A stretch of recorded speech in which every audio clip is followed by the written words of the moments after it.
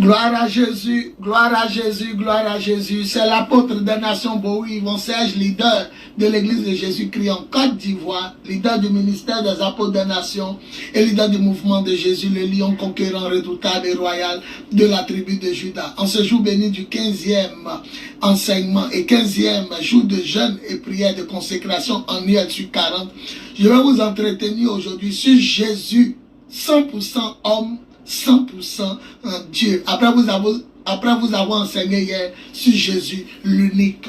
Il faudrait savoir que l'écriture est claire, mais beaucoup feront semblant de ne pas accepter que Jésus soit 100% homme et Dieu. L'écriture déclare en Romains 1, verset 2 à 4, que nous avons annoncé l'évangile de Dieu qui concerne son fils Jésus-Christ, lequel était côté humain, descendant de David, et côté Dieu, ressuscité d'entre les morts par la puissance de l'Esprit. Donc en tant qu'homme, Jésus était descendant de David, mais en tant que Dieu, manifesté fils de Dieu lors de sa résurrection. Donc déjà nous devons savoir que l'écriture déclare un côté homme, un côté Dieu, un côté Dieu, un côté homme. L'écriture déclare aussi en Luc 3, le verset 23, que Jésus a commencé son ministère lorsqu'il avait 30 ans et il était descendant selon ce que l'on disait et non selon ce que Dieu disait, selon ce que l'on disait. Donc les gens rapportaient de lui qu'il était le fils de Joseph jusqu'à Adam, fils de Dieu. Mais Dieu n'a jamais dit, et Jésus lui-même, il n'a jamais dit je suis le fils de Joseph. On dit c'était ce que l'on disait, l'on croyait de lui. Non, il n'était pas le fils de Joseph. En Jean chapitre 10, le verset 34, Jésus a été clair. Il dit Dieu et moi, nous sommes un. C'est très clair. L'écriture déclare aussi en Nombre 23, 19, Dieu n'est pas un homme pour mentir. Et les gens disent que Dieu a dit il n'est pas un homme. Mais avec l'intelligence, tu comprendras que Dieu n'a pas dit je ne peux pas me faire homme. Il dit je ne suis pas un homme, mais il n'a pas dit je ne peux pas, car tout est possible à Dieu. En Genèse 18, 13 à 14, Dieu a dit à Abraham, où est ta femme? L'an prochain, à la même époque, Sarah aura un fils. Sarah s'est moquée, elle a commencé à rire. Elle a 89 ans, son mari a 99 ans. Comment elle peut prendre une grossesse? Et l'Éternel a dit, est-ce qu'il y a quelque chose d'étonnant de la part de l'Éternel? Est-ce qu'il y a quelque chose que je ne peux pas faire? Voilà. L'Écriture déclare aussi en Luc 1, 36 à 37. Marie dit à l'ange Gabriel, je suis vierge, comment je vais tomber enceinte? Je n'ai pas connu d'homme. L'ange lui a dit, ta cousine Élisabeth, celle qu'on appelait la vieille, la stérile, elle est dans son 6e mois de grossesse, car rien n'est impossible à Dieu. Vous devez savoir qu'en Hébreux 13, verset 2, il est écrit, recevez bien les gens qui viennent chez vous, car certains ont reçu des anges sans le savoir. Donc il y a des gens, vous les voyez en forme physique, ce n'est pas des hommes, c'est des esprits, c'est des anges. Si un ange peut prendre la forme humaine, un esprit peut devenir homme, à plus forte raison Dieu peut devenir un homme. Genèse 6, 1 à 6, la Bible dit, les anges sont venus coucher et elle est fille des hommes et bébé même est né. Comment un ange qu'on ne voit pas peut avoir des rapports sexuels avec une personne qu'on voit? Donc Dieu aussi qu'on ne voit pas peut devenir visible. C'est tellement simple. 1 Jean chapitre 4 verset 2, la Bible dit voilà comment on reconnaît que quelqu'un a l'Esprit de Dieu. Lorsqu'il confesse, il reconnaît que Jésus est devenu un homme. Or, quand on dit devenir, ça veut dire il n'était pas, il est devenu un homme. Jésus est apparu en chair. Voilà, 1 Jean chapitre 4, 2. Voilà. Et l'Écriture déclare aussi en 2 Corinthiens 5, 16 à 17. 2 Corinthiens 5, 16 à 17. L'Écriture déclare que nous avons connu Jésus comme un homme. C'est Paul qui parle.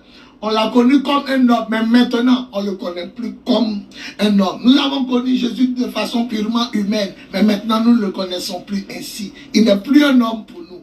Il y a trop de passages bibliques. La Bible dit, sans effusion de sang, il n'y a pas de pardon. Selon la loi de Moïse, tout est purifié par le sang. Et tant que le sang ne verse pas, il n'y a pas de pardon. C'est pourquoi Jésus lui-même est apparu comme un homme pour verser son sang et racheter l'humanité perdue depuis le jardin d'Éden par la tromperie de Satan sur les ancêtres Adam et Ève.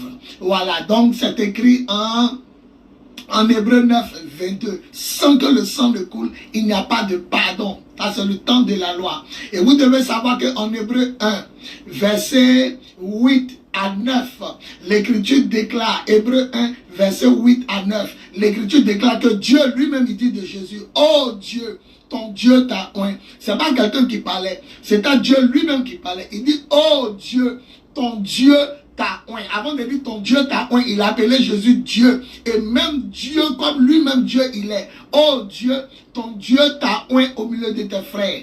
Voilà. Il faudra savoir aussi qu'en hébreu, il faudrait savoir aussi en Hébreu 1, 2, le verset 14 à 15, que Jésus est venu au milieu de ses frères afin de devenir semblable à eux pour pouvoir mourir pour eux, participer à la nature humaine et mourir. Il est devenu homme pour vivre comme les hommes afin de pouvoir mourir pour racheter les hommes. Hébreux 2, 14 à 15. Voilà, vous devez savoir maintenant qu'il y a 7 points. 7 points qui démontrent que Jésus était 100% homme, 100% Dieu. Nous terminons l'enseignement ainsi. Pour nous montrer qu'il était 100% homme, il est né d'une femme, comme tous les hommes.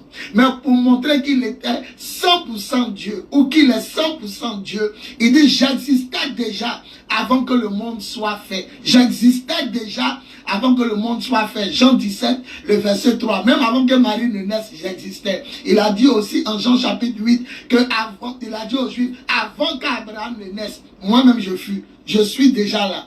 Donc, pour nous montrer qu'il est 100% homme, il est né d'une vierge, comme il est né d'une femme, comme tous les hommes sont nés de femmes, mais pour montrer qu'il est 100% Dieu, il dit j'existais déjà avant ma maman. Jean chapitre 17, le verset 3. Pour nous montrer, numéro 2, qu'il était 100% homme et 100% Dieu, Jésus a eu faim dans le désert.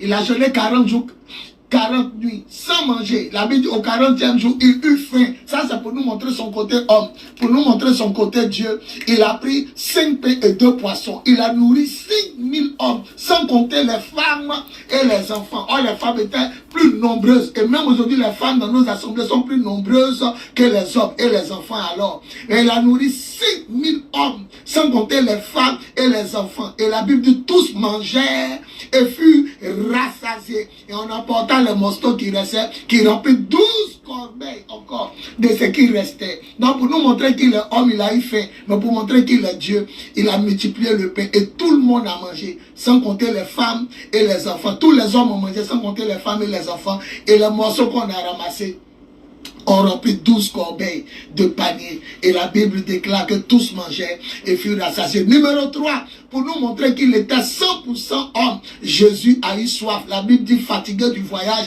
il s'arrêtait auprès d'un puits de Samarie. Et il a dit à la femme samaritaine, donne-moi de l'eau à boire. Il eut soif. Pour nous montrer qu'il était un homme. Mais pour nous montrer qu'il était 100% Dieu. La Bible dit, il a dit à la même femme, celui qui boira l'eau que moi Jésus vais lui donner, il n'aura plus jamais soif. Jean chapitre 4, le verset 10. Numéro 4. Pour nous montrer qu'il était 100% homme. Jésus montait dans une barque pour traverser le lac, pour traverser l'eau. Comme nous les humains, naturellement nous montons dans un bateau, dans un navire, dans une pirogue, dans une barque. Pour nous montrer qu'il était un homme, il montait dans une barque pour traverser le lac. Mais pour nous montrer qu'il est 100% Dieu. La Bible dit à 4 heures du matin, il a marché sur l'eau pour rejoindre ses apôtres. Et eux-mêmes, ils avaient peur. Ils disent, n'ayez pas peur, c'est moi. Quand il les a rejoints, ils se sont prosternés devant lui. Ils ont dit, tu es vraiment le Fils de Dieu. Ils n'ont pas dit, tu es vraiment un Fils de Dieu, mais tu es le Fils de Dieu. Voilà. Numéro 5, pour nous montrer qu'il était 100% homme. Lorsque son ami Lazare est mort, la Bible dit il a pleuré, comme tous les hommes qui pleurent à la mort d'un être cher, d'une personne chère. Mais pour nous montrer encore qu'il est 100% Dieu, la Bible dit il a crié Lazare, sort, et le mort sortit. C'est-à-dire, Lazare est mort depuis 4 jours. Même sa soeur dit, il sent, il est pourri, dévoré par la vermine, les vers, les bêtes. Mais quand Jésus l'a appelé, c'est Dieu seul qui appelle les morts à la vie. Quand Jésus est mort, qui est allé le ressusciter? Lui seul dans le tombeau. Vous avez vu quelqu'un, un ange, un homme, un prophète? Il est Dieu. Pour nous montrer qu'il est 100% homme, il a pleuré à la mort de Lazare. Mais pour nous montrer qu'il est 100% Dieu, il a dit, Lazare sort, et le mort sortit, la tête et le corps enveloppé de linge. Et Jésus a dit, déliez-le et laissez-le aller. Jean chapitre 11, 32 à 45. Le verset 45 dit, quand les Juifs, même qui ne croyaient pas en Jésus, ont vu ça, la Bible dit, ils ont commencé à croire en lui. 6e position, pour nous montrer qu'il était 100% homme. Il est mort comme tous les hommes vont mourir un jour. Oui, pour nous montrer qu'il était 100% homme, Jésus est mort. 3 points de suspension. On pensait que c'était fini comme pour tous les hommes. Mais la Bible dit, pour nous démontrer qu'il est 100% Dieu, le 3e jour, il a vaincu la mort, il a vaincu l'enfer, il a vaincu le péché, il a vaincu le monde, il a vaincu le diable et il a ressuscité. Gloire à Jésus. Luc 24, 34, la Bible dit, le Seigneur est vraiment ressuscité. Les autres ont été ressuscités par les prophètes, mais pour lui, on dit vraiment ressuscité. Luc 24, 34, le Seigneur est vraiment ressuscité. Et enfin, 7e position, pour nous montrer qu'il était 100% homme, il est monté sur le dos d'un ânon pour rentrer à la Jérusalem terrestre. Il est monté sur le dos d'un ânon pour rentrer à la Jérusalem de la terre, Jérusalem terrestre. Mais pour nous montrer qu'il est Dieu et 100% Dieu, après sa résurrection, pour aller à la Jérusalem céleste, la Bible dit devant ses disciples, c'est un nuage qu'il a porté et qu'il a conduit au ciel à la droite de Dieu, à notre Jérusalem céleste, qui dit Amen fort et il reçoit la grâce de Dieu, qui dit Amen fort, il reçoit la gloire de Dieu, qui dit Amen fort, il reçoit la révélation, la puissance, l'amour, la vérité et l'autorité de Dieu. Une gloire à Jésus. Donc Jésus est 100% homme, 100% Dieu. Quand on dit devenir, la parole est devenue. Ça veut dire la parole n'était pas, mais elle a changé, elle s'est transformée. Donc au commencement était la parole était avec Dieu et la parole était Dieu. Jean chapitre 1 verset 1 à 3.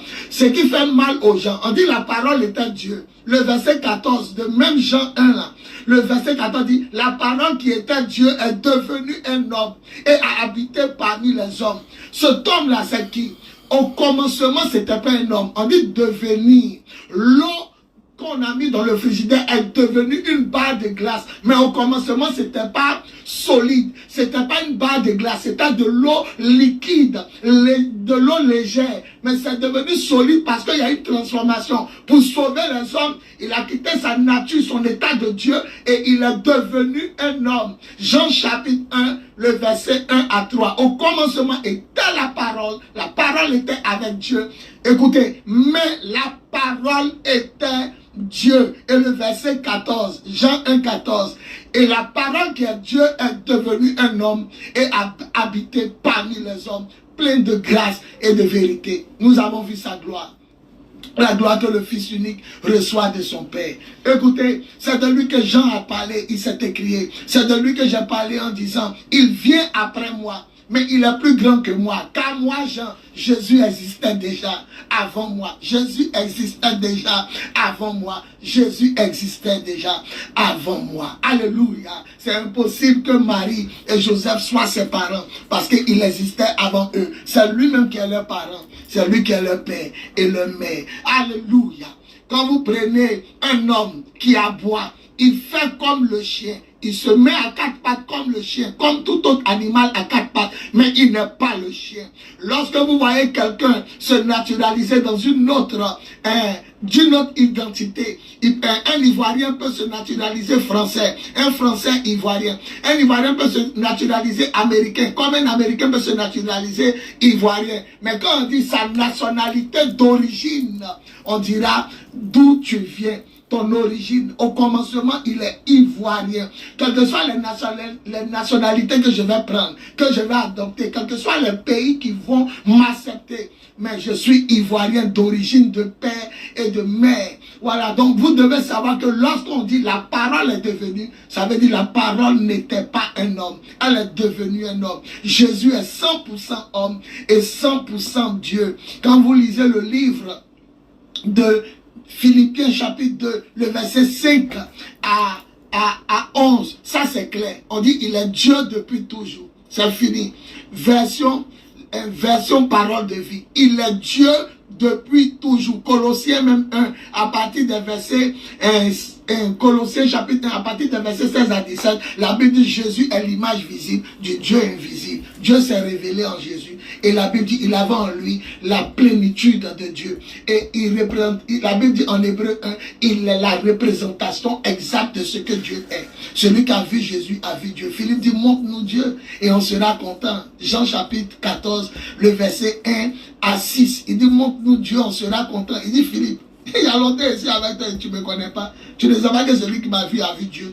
Celui qui tue Jésus n'a pas tué Dieu, mais il a tué le corps dans lequel Dieu a habité. C'est pourquoi quand tu tues un homme, son âme sort. Mais quand on a tué Jésus, qui est sorti? C'est Dieu. Parce que le corps de Jésus était une enveloppe simple dans laquelle Dieu était. C'est pourquoi avant de mourir, il n'a pas dit je remets mon corps en tes mains, Père. Il dit je remets mon esprit. C'est le corps qu'on a tué. C'est l'enveloppe charnelle qu'on a tué. Mais on ne peut pas tuer Dieu.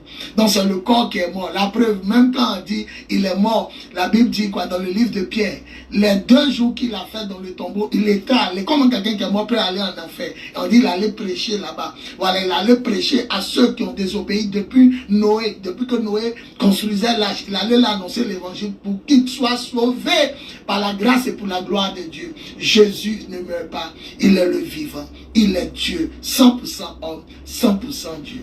Gloire à Jésus. L'apôtre des nations Bowie, Yvon Serge, pour vous instruire.